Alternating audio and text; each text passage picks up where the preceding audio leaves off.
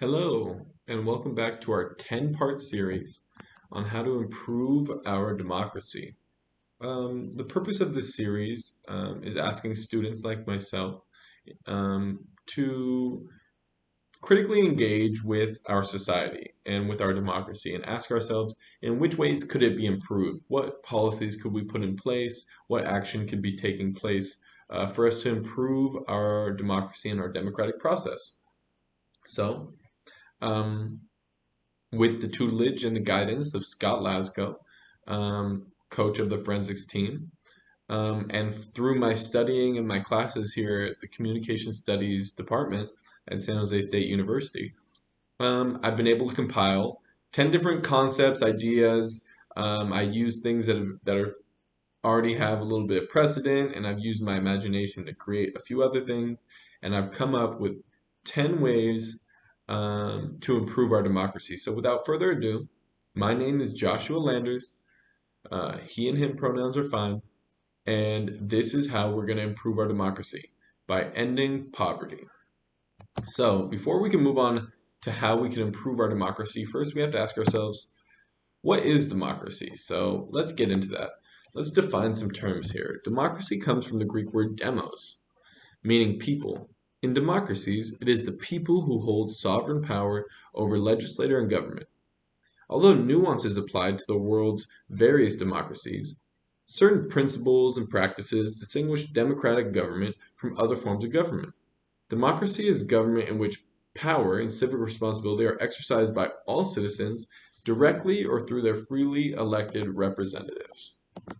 So I think that's an important place to stop and begin to develop our understanding of what a democracy is, right? So if we take it back to the origins, like I did here with the root word demos, meaning people, it comes from Greece, right? So the original democracy was in Greece. In the original democracy, that was what we call a direct democracy, meaning one man, one vote. They would gather over an issue and it would be majority rule. Everyone has a vote, and it was as simple as that. Now, when nations get bigger, something like the United States having nearly 400 million citizens, I think it would be hard to count votes at that matter, or at a scale that large to have everyone raise their hand, right? So what we have here is a representative democracy, meaning that rather than voting on every single issue across the nation, right, um, we elect officials. Examples of this on the national level are congressmen and women, and our Senate, so our House of Representatives, are elected by the people, right? So everyone has a part in this process, right? We used our civic engagement to elect officials to then represent us in the House of Representatives. And at a more local level, this happens with the City Council, for example. We will have a vote where everyone is represented and everybody gets a chance to express their opinion on it. They vote, and then whoever wins that vote is assigned with the task to represent the people who voted on certain issues. So, city council man or woman will, decide for. They will vote, uh, for a larger group of people. Their decisions will affect a larger group of people. Back to this though. Democracies understand, well, first of all, they guard against all powerful central governments and decentralize government to regional and local levels, like we were just talking about. Understanding that local government must be as accessible and responsive to the people as possible. Democracies understand that one of their prime functions is to protect such basic human rights like freedom of speech, freedom to religion, equal protection under the law, and the opportunity to organize and participate in the political, economic, and cultural life of society. So these are things that make up a democracy. So keep those in mind when we're thinking about how we could improve it. And for this episode, we're going to be talking about um, ending poverty to improve our democracy. So, before we can talk about that, we got to ask ourselves, what is poverty? Poverty means that the income level from employment is so low that the basic human needs can't be met. Poverty-stricken people and families might go without proper housing, clean water, healthy food, and medical attention.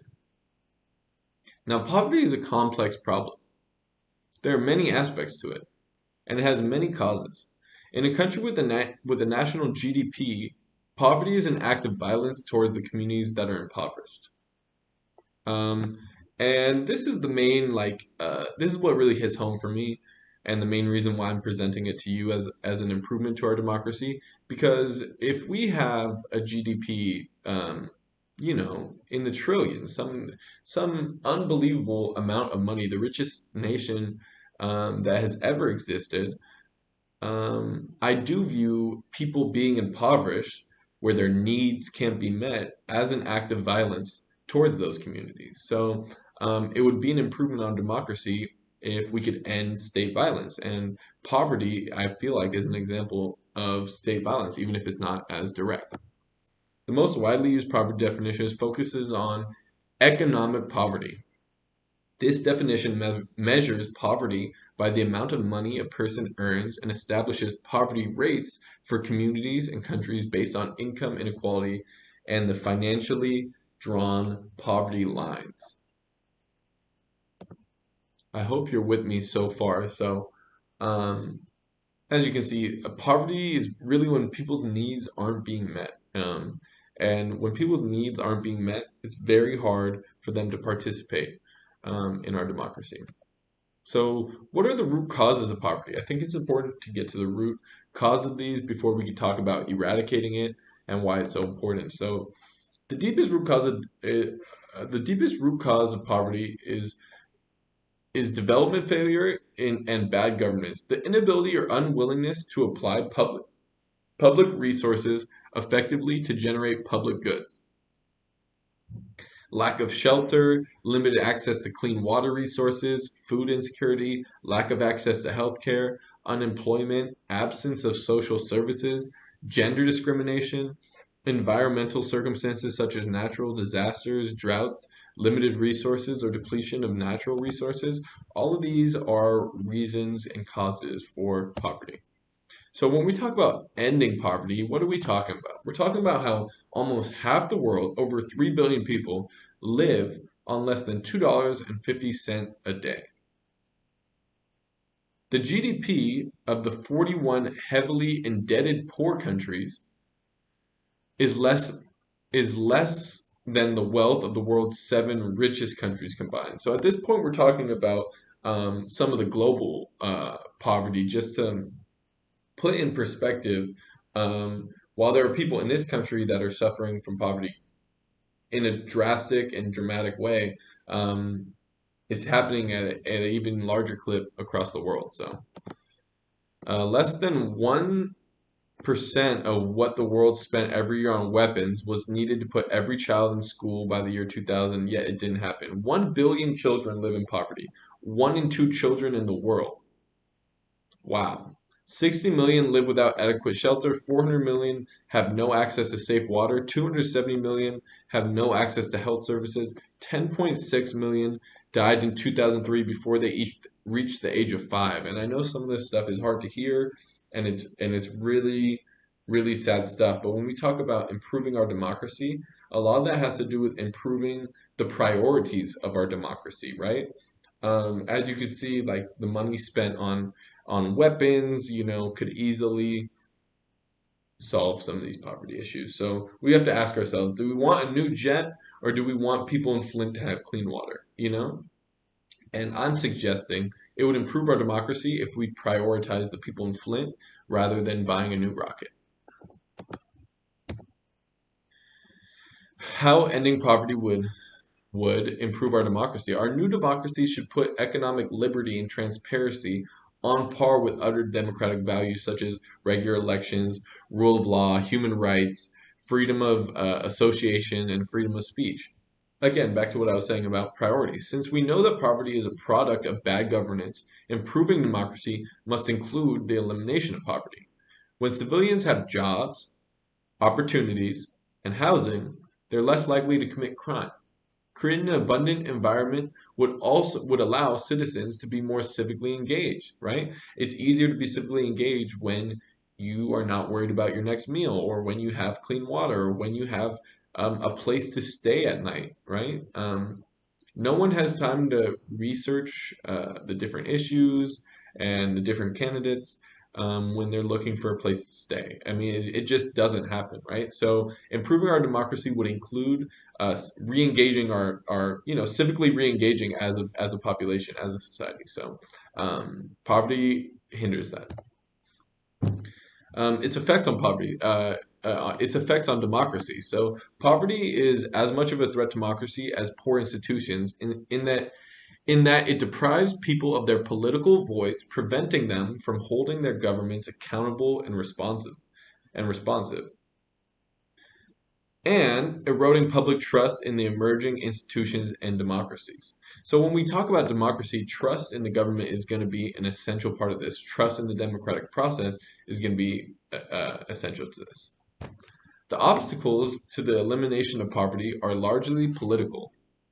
Poverty is generated and reproduced by power disparity and abuse. The enduring reduction of poverty requires a broad context of good governance beyond the narrow arena of free and fair elections.